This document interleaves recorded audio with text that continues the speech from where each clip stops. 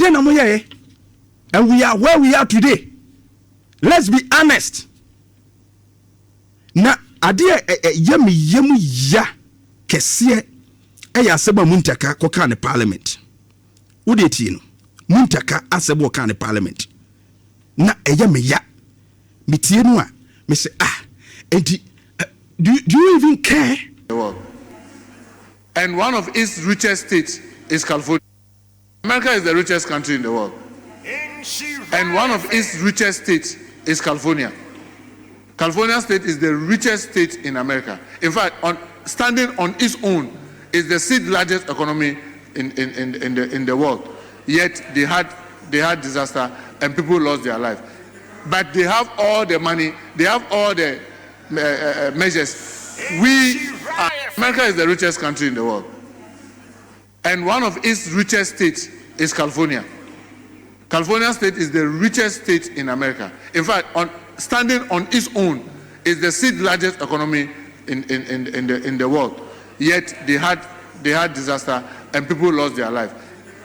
And Muntaka say America ewo sika pa. Enso California ensuo yiri ho. Ti de opeso wo kire nyina ne say ensuo yiri ha. Enya de enwanwa, nya de esu ye bia. That is what he wants to tell us. California ensuo ayiri ho. Entino ayiri ho pen ntino se ayiri Ghana enye news. That's what Muntaka wants to say. But aden mantis what the death toll no nipa ewu California na ka ho. Ena mantis se wa kire se California din sem hu ti said ye di ni Ghana hey.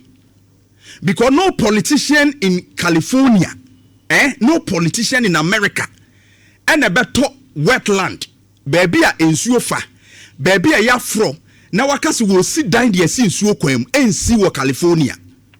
Woman in Yansa, and see what.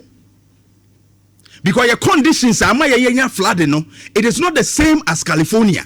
Muntaka, if you don't know. If you don't know, na mechre am won who say what someone what can ankasa no you don't know the vision of John Dramani Mahama. Muntaka, you don't know the vision of John Dramani Mahama, and you don't think like him. I will show you why I'm saying that. What any John Dramani Mahama de enko California, no one will build in waterways. California obi ankoma permit senko omo forest reserve ne those things no wo ha obi nkotu mining wo mubu nwia na yenton achimota baby to say achimota forest in family mama politicians. No politicians will buy forest reserves like achimota near the adesi ekosisi dan wo. Nobody will do that. Ramsey site California, no politician in California will be allowed senko obesisi dan wo sa amia we.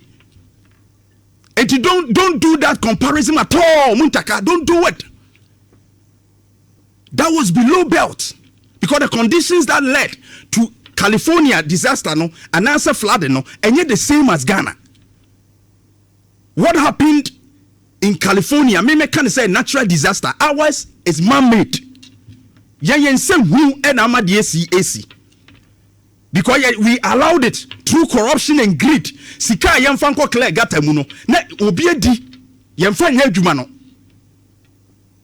Municipal and district assemblies metros no yentete gatem says can yebeje sanitation no na yehu de ebeye say mampani so the sanitation as assemblies in nsa ya akohwe hwe womro no nso hwe gatem what are the assembly doing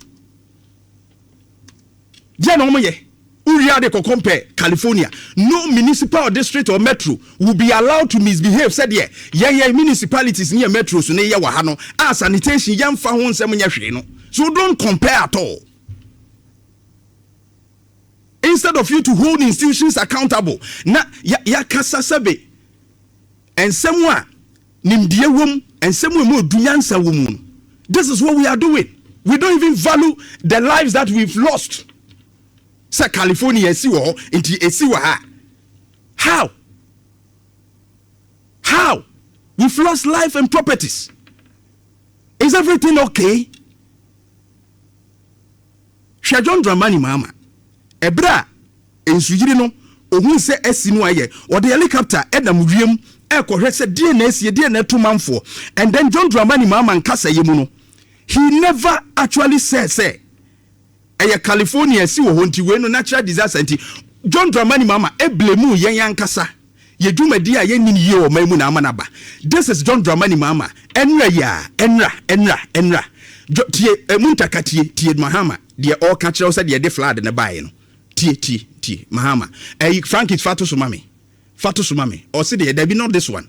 Mahama blames climate. Fatu Sumami or say Mahama blames climate change, blocked drains tie and unplanned development for Accra floods.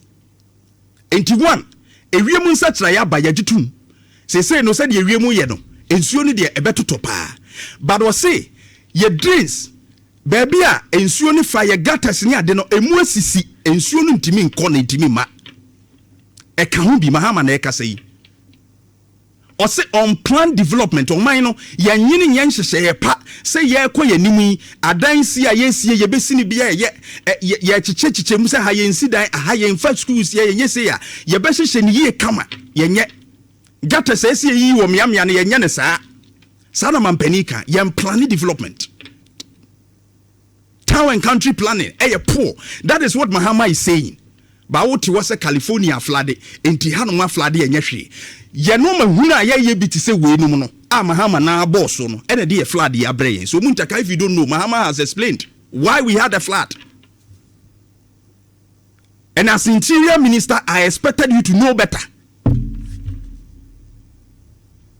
Ye bibia na chese ya ye ne sa because what is the opposition for no blame aban ya wote so say as a flood and yam fan hye no nti eno so obeka bibi afri abrochire dia banti na say abe equalize it because you are politicizing bibia. But let's not rewrite history. Yet kromwa John Dramani Mahama blame Akufuado for floods ensu eyiri John Dramani Mahama o blame Akufuado kromwa. Come to